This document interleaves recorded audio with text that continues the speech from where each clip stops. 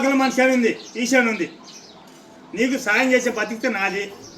నేను దారి తెచ్చా, నువ్వు అదొకటి కొను.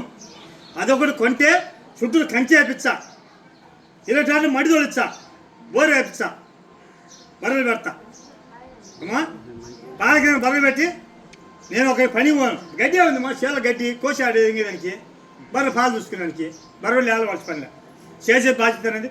రోసే కొడుకు రోసే మనోడు పేరు రావాలని పెట్టుదల ఒక దారికి తే అమ్మా తప్పని అనేది.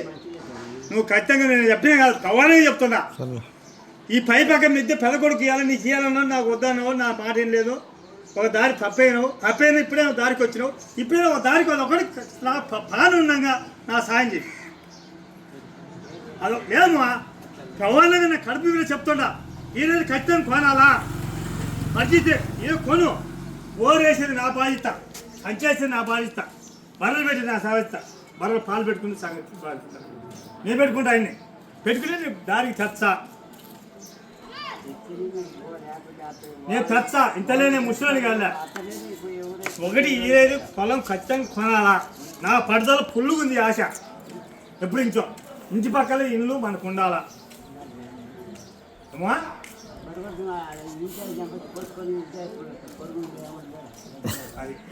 కాలే బా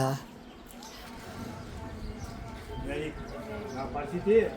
నాకు ఆ కాడికి మనం పోదేనుకున్నా ఎప్పుడైనా కానీ మన పొట్టిపల్లిలో దద్దపడ కానీ గుండెపల్లి కానీ ఆడమైనా పొలం రోజు రెడ్డి గారి సాయిబులు మన కలుగుతాం. నువ్వు ఒక దారి లక్ష ఎవరు చెప్పింది? 1,05,000